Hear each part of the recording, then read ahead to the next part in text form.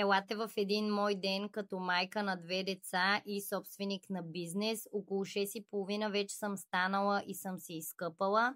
Сега ще изпия едно кафе и набързо леко ще си засуша косата, защото след това трябва да пускам пералня и също така да събудя сина ми преди да тръгне за градина, да може да закуси и си оставяме малко време сутрин с него, в което да поиграем. Това е новия ни сет за куклен театър, много е забавно. Дъщеря ми днес ще бъде с баба си, така че след като съм изпратила сина ми на детска градина, продължавам с навиването на моята коса. Преди да изляза си слагам от любимото ми олио за кожички и тъй като е доста мъгливо навън, ще си остана с щипките на косата, защото заради мъглата буквално за 2 минути ще ми паднат кадриците.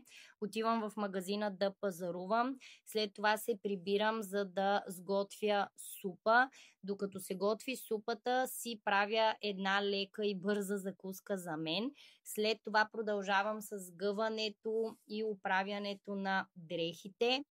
Супата се получава доста добре, така че аз сега ще си сваля щипките от косата и имам няколко видеа, които трябва да снимам.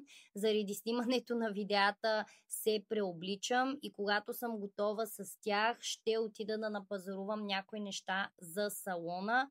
Вече съм в салона, виждате с каква голяма торба пристигам. Трябваше да заредя кафе, а също така имахме и някои поръчки, които бяха пристигнали. Взех и новата колекция гел лакове на марката Kinetics.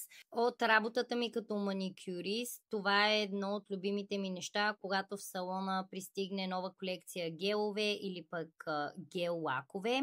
Освен това, сега в салона нашата фризьорка Кари има нови терапии, които са специално за здраве на скалпа и против косопат. Затова се бях разбрала с Кари да ми направи диагностика на скалпа и на косата. След това ми направи терапия, която е против косопат и следва любимата ми част, страхотния извит сешуар, който Кари ми прави. Само вижте колко съм доволна и щастлива от сешуара, който Кари ми направи. Мисля, че днес свърших всичко, което се изискваше от мен относно салона, така че си тръгвам.